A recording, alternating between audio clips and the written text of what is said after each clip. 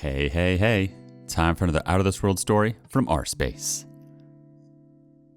I, 34 male, ghosted my fiancée, 33 female, after she asked for a temp open relationship before our wedding, and then she cheated when I said no. I have rewritten this a few times in an attempt to shorten, but our history goes back since we were kids. I'm looking for some advice as to what to do when I get home in 2 days. I am changing all names, obviously.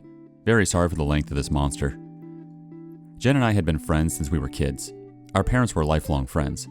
We grew up together and started dating in our teens. It was like it was almost expected by our families. They had more plans for us than we did. When I was going for my master's, I had to move to another city, and Jen remained in our hometown working on her nursing degree. After a year of long-distance relationship, we decided to remain friends and not have the pressure of our relationship control us. We both remained best friends, and we both dated other people. It was weird because we both always knew this was temporary, and we would end up back together at some point. I graduated and stayed in the city I got my master's in and started working in my field. I waited for a transfer back to my hometown, and when I got it, I was so happy. Jen was in a long-term relationship, and he was a nice fellow, but I always got the feeling he was weary of our friendship. I understood the vibe and stepped back out of respect, although she and I would talk several times a year. My boss and mentor, I will call Paul, 44 male, was a great guy, and we became good friends. He taught me the ropes, and one day came down from the ivory tower and wanted to talk. He explained there was an open position in a foreign city for 2 years, and it would be advertised shortly. He explained the position, and even though the money wasn't huge, all expenses such as rent, hotel, and expenses related to travel were covered. Basically, I would be based in Tokyo and have to travel once in a while to other Asian cities for a few days here and there. I thought about it, talked to my friends and parents. Paul said it was a bitch position, but would be a great opportunity to prove myself and climb the ladder. I thought, why not? I could save most of my salary and gain valuable experience. Paul said he would speak to the old man, and if I wanted it, he would recommend me. He explained he himself did something similar years ago, and it helped his career. So off I went. The first year was horrible, getting used to the culture and social rules, not only in Japan, but the other countries I would visit for work. One thing that surprised me was how available women were. Everywhere I went, they loved foreigners. I got to sample the delights of the Orient. These weren't third world women. Most of them were highly educated. I had many friends with benefits and clearly told all of them I wasn't interested in long-term or marriage, as I only was staying temporarily. I ended up doing 2 more years. Paul would visit several times a year on vacation or to supervise some work, and I will admit we had some greasy times in a few cities, i.e. Angeles City in the Philippines and a few others. Contract was over and I went back home. Put a nice down payment on a house just outside the city. After living in a city of 37 million, I needed some space. I was home for a month, and while visiting my parents, Jen was there. She and the other guy had broken up a year ago, and we started talking more seriously, even though we always had contact over the years. We started dating again. I held off having sex as much as I wanted because I was afraid really of what would happen. I had developed an addiction of having various partners while in Asia, and was trying to control that desire before Jen and I got serious. I mean, everyone including Jen knew I dated, but on social media, there would be infrequent photos of me and different women. My mother called me a whore master a few times, and well, to be truthful, it kinda stung. Now is when things start to fall apart. Jen and I slept together, and for a lack of a better word, she was very surprised. She said I was different and was never like that before. She meant it like I had gained a lot of experience, to put it nicely. She asked me some questions, and I admit I did trickle-truth her. I didn't tell her the exact number, because even if it was divided by 3, it was scary. I had no doubt that I was and could be faithful to her. The seed I had inadvertently put in her mind that night would create some serious issues later. Now, of course, our families were thrilled we were together. It was always supposed to be this way. We were doing great, and after speaking to her parents, I proposed. She moved in, and everything was great. There were some what I thought were some red flags, like asking if I was happy with her. Fast forward to December of 2019. Wedding was planned June of 2020. We all know how 2020 went, don't we? Christmas was great, and close to New Year's, we would have the first D-Day. I was sitting down doing some work on the PC, and Jen and her cousin, Tammy, 32 female, were looking through some wedding stuff. I have also known Tammy since we were kids, and we were cool. Jen asks if we can talk, and Tammy walks into the living room and sits on the sofa. I went to sit at the table to talk to Jen. She starts by saying for me to not interrupt or freak out. She wants to talk about something. She then explains our difference in the bedroom, and says she believes I wouldn't be satisfied with her and eventually I would cheat on her, and she didn't want our future children and relationship to be ruined if I stray. So here I was thinking, great, I'm about to get dumped. just as I am thinking things can't get worse, I hear the infomercial guy in my head. But wait, there's more. Jen asked me if I was willing to open the relationship so she could gain more experience and it would help her feel less insecure. She states I should not be worried, as I am the only man she ever loved, and that's why none of her relationships had ever led to marriage. I did agree with her on that point, as I felt the same. Now, of course, I think this is a joke, and she is not serious at all. This really can't be happening, right? Since this was a year and a half ago, I will try my best to recall the main points. She says she will only be with random people and never with someone we know or work with. It won't happen with the same person twice, and no emotional connection. I was like, what the F?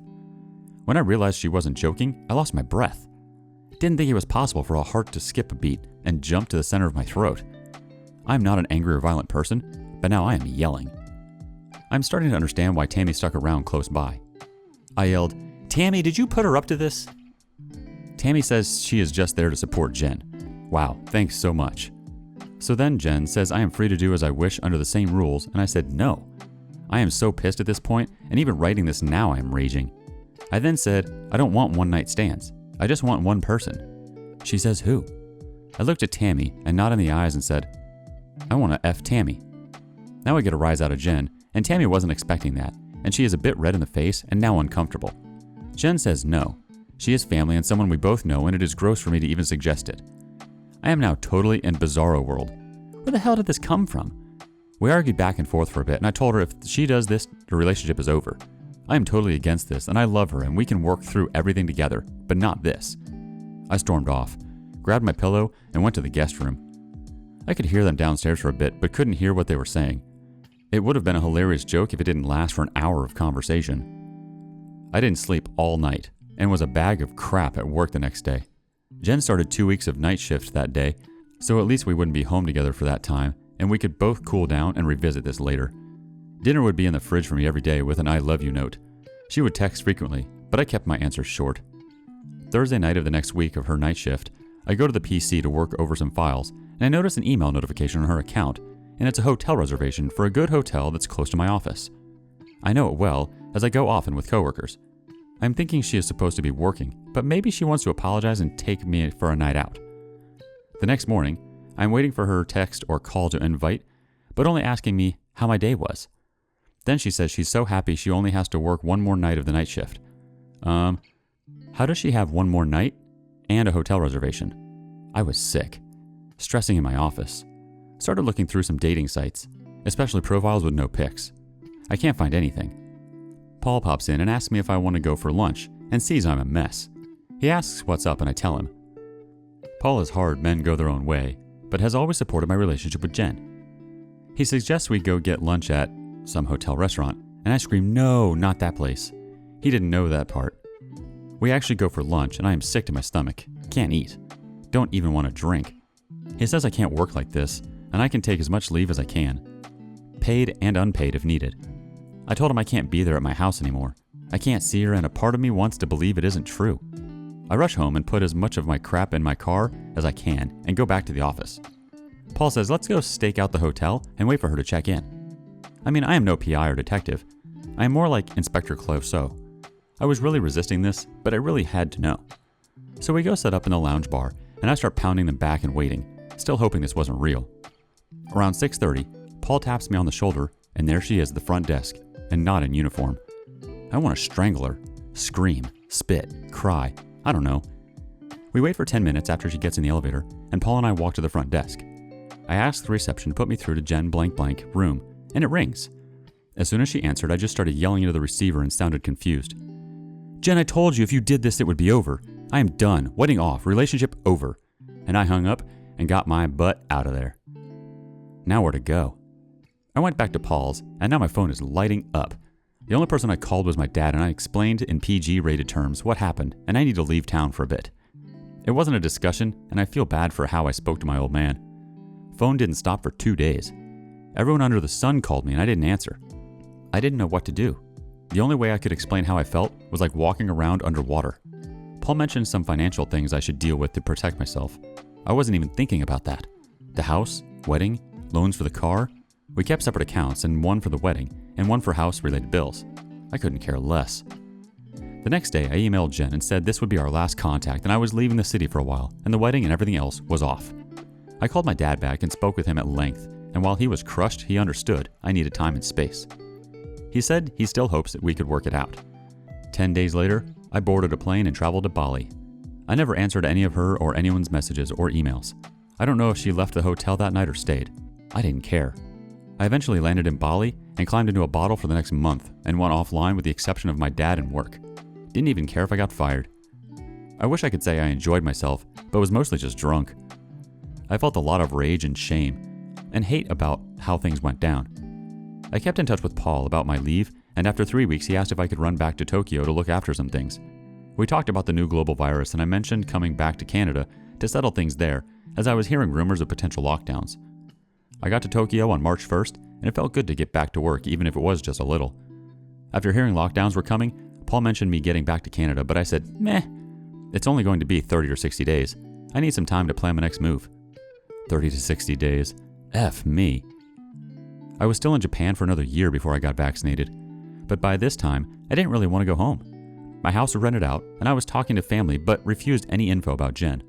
On September 21st, I received news my dad had a heart attack and was doing well, but would need a triple bypass. This surgery is serious. Not as serious as it was 40 years ago, but I still wanted to see him, and just in case. I know when I get home, it is just going to turn into a crap show, and I really didn't want that. I just want to see my folks and thank Paul for all he has done for me, even as selfish as I was. But I know I'm going to have to see her, and I have no idea how I'm going to feel or think. I'm so sorry for the length of this. Even still, I left a lot out. Any advice, tips, or insults would be appreciated. I'm flying out in 4 hours and will land in about 24 hours. Update. After landing, I went to see my dad. He is looking good and actually looking forward to a surgery. Mom is doing well, but obviously masking concern. I spent almost the first 24 hours by his side, and I think we talked about everything under the sun. But nothing heavy. Don't want to stress him. Told him I am here for him, but I am using this trip to reorganize my life. Close some doors and open some new ones. On day 2, Paul and me met up at a local spot close to the office. Paul is already driving the booze into him already. We talked for a bit back and forth, talking about my dad, work, and he asked me if I had any contact with Jen, which I said no to. He then informs me the old man, the boss, wants to see me, but considering my father, it can wait. I know I am in deep and tell him may as well get it over with. I have a list of things I need to accomplish this month, and I may as well start knocking things off of it. Meeting Jen is one of them. I entered the office for the first time in what seems like forever. Many faces missing, a few new ones, and the usual suspects. A few people nodded at me and greeted me. We headed up to the old man's office, and I had never been there before. We walked in, and he motions for us to sit down. I had never spoken to the old man before. He does walk the floor from time to time, but people just part like Moses spreading the Red Sea. This is the conversation that followed. Old man: "Good morning, gentlemen. This is a closed meeting, and anything discussed is private. Blah, blah, blah." The old man just starts going off on a rant about responsibility and dedication, and he does have some good points, I have to admit. He looks at Paul and asks why they should keep me around. Paul says, "He does great work. He has saved accounts and acquired many new ones. Plus, we can't find anyone to do the job for the 20% below market salary like we are paying him." What the F? Then Paul and the old man and Paul start maniacally laughing, like that bar scene in the Goodfellas movie. The old man wipes away a tear from his eye and tells Paul that's why he's the best VP he has. I make a good salary, but come on, man. I feel quite slighted. The old man looks at me and leans in. "Listen, kid, I know you had some problems with your woman, so let me give you some advice." He says some guy's name he is quoting. I don't know if I'm remembering word for word, but this is the gist of it. "God gives women eyebrows, and she plucks them out and draws on new ones. God gives a woman a face, and she paints on a new one over it. God gives her breasts, and she buys a push-up water bra. God gives her a form, and still not satisfied, she buys slim-fitting clothes to change that form. If God himself cannot please her, then how can you? Brother, please don't kill yourself." Well, that kind of blew my mind a bit, I must say. The old man looks at Paul. "I can trust you to handle this properly? Your mother will kill me if I have to fire you." So now it kind of hits me. They are effing related. Paul and I walk out, and I look at him and say, 20%, man? Really? He puts his arm around me and says, "Don't worry about that, I got you covered." So, am I getting fired or disciplined? "No, dumbass. You're getting promoted." And he puts his arm around me and kisses me on the side of the head. "You could have told me that beforehand, you dick." "Nah, it was much funnier this way. I missed you, kid. Now let's go get effed up. It's 8:30 in the morning, Paul. Who does that? I do. You still have a lot to learn about enjoying life. Doesn't surprise me with this guy, really. What should I expect from someone who got all liquored up before on sake and got into a fist fight with a monkey, got his ass kicked as well, I might add, at the hot springs in Japan? We did end up getting pissed up. We talked about work and what was going to happen. We talked about Jen, and he advised me that I really should meet her and get closure. He said we both did stupid things, but we are good people. Once I get closure, then I will be able to move forward in my future without an anchor of emotion holding me back. He said once that is resolved, then we can talk about my employment future, what I want to do, and where I want to go. So that was checked off the list. At least I still have a job. Dad is looking good. There is still the matter of Jen, which has been consistently in my thoughts. I unblocked her on Facebook and scrolled through to prepare me for what was to come. I sent a PM and asked if we could meet for dinner sometime soon. We only exchanged pleasantries and are meeting for dinner in the next few days. That will be my next update. Jen and I agreed to meet at a restaurant a few hours after she got off work. Now going into this, I was afraid of two things: that my anger would remain and I would act accordingly, or my love for her would remain and I would act accordingly. I was hoping to find a comfortable median in the gray area. All my plans flew out the window the moment she walked through the door. She looked wonderful. She smiled and walked over, and my stomach was in my throat. I wasn't this nervous when we lost our virginity together. We shared a short, awkward hug, and I could smell my favorite perfume on her. Is she about to love bomb me or play some emotional tricks? Is she in another relationship and here to show me what I missed? No rings on her finger, even the one I gave her. We talked about my dad first, and she told me she always checked in on him when she was on shift and assured me his surgeon for the upcoming bypass was one of the best. We kick around small talk like her extreme workload during the pandemic and what I experienced during lockdown in Tokyo. I was seriously getting ready to crack. I can assure you, I was calm and collected on the outside, but falling apart underneath. I told myself I needed this, to consolidate these feelings in order to move on finally. It seemed we were dancing around the elephant in the room for a painful amount of time, and she finally looked at me and her face changed. The whole conversation after that is a blur. I will recount it to the best of my ability. First, I want to tell you how sorry I am for what happened and for hurting you. Are you sorry you got caught, or actually sorry for how you hurt me? Of course I'm sorry for what it did to you. What it did to our lives and our future. I threw it away because of my insecurity. So did you plan it because of your insecurity, or you secretly wanted to punish me for the people I was with when we weren't a couple? Maybe both. But let me say that any other man that was in my life before we were engaged, I never loved like I loved you. Tim, her ex before me, cheated on me because he always told me that he could never compete with the feelings I had with you. We broke up for that reason. I did not know this. And to be honest, I never felt bad he cheated. I never wanted you to know I was going to sleep with another man. I thought I could emotionally detach from it, and even if you found out, we could work through it, like everything we ever experienced before. You thought very wrong. It was probably the most painful thing I have ever experienced. I didn't need you to be perfect or experienced.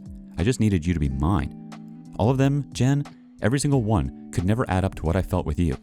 But now I am thinking, was it a real feeling or the projection of the dream of us that our family wanted or the fantasy we expected? It started to get emotional, and Jen excused herself and went to the washroom to collect herself. We were in a good medium-sized restaurant and only a few tables were occupied. Paul tagged along for some support, as some of you mentioned, and strategically placed himself in the sealed-off lounge. I looked over to get some encouragement or a thumbs up, and he is having a rather animated conversation with two rather attractive ladies, laughing and hand gestures, the whole 9 yards. He finally looks over and gives me a questioning thumbs up, and I nod that everything's okay.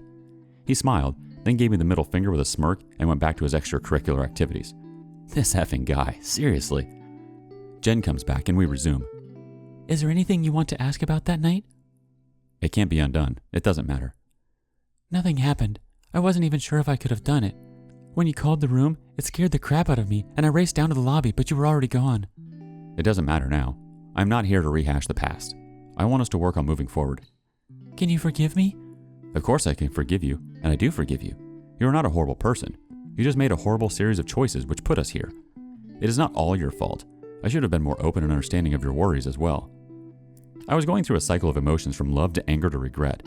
Part of me wanted to yell at her, and another part of me wanted to take her home and forget this never happened. For the past few weeks, I've been watching these Reddit videos on YouTube, preparing myself for this conversation, and seeing these men punishing themselves for what their significant others had done much worse damage than the actual cheating. I was determined to not be that simp. I start looking at her with the old man's words running through my mind. Painted face, painted nails, and form-fitting dress. Do I even really know her? If this is her outward appearance, is her mind the same? Are all their minds the same? I hardened myself. What now? Is there anything in the future for us? I want you to remember when we were kids, when walking home from the park, that vicious dog that approached us? I got in front of you on instinct to protect you, to save you. The owner called the dog and it took off. Just mere seconds, really, but when you are 9, that's pretty scary. All these years later, I stood in front of you, loving you and protecting you for whatever would come at us. But this time when I stood in front of you, giving you everything, I had you stick a knife in my back. Just like the frog and the scorpion. This statement really hit her like a bolt, and she lowered her head and sobbed a bit. I wasn't finished. I needed to get it all out. I'm sorry. She takes out the ring box and slides it across the table to me. I leave it there. I don't want this. I am pissed off. You think I want to be sitting here with my heart jumping out of my throat and you crying? I want to be home playing with the baby we would have by now. I can't remember anything said in the next few minutes. She began sobbing and holding her hands in her face. I have said some shitty things in my life, but that one takes the cake. I apologized and said that went too far. It snapped me out of anger mode. The rest of the conversation calmed down, and after I had blown off that steam, we actually had a normal talk just about life in the future.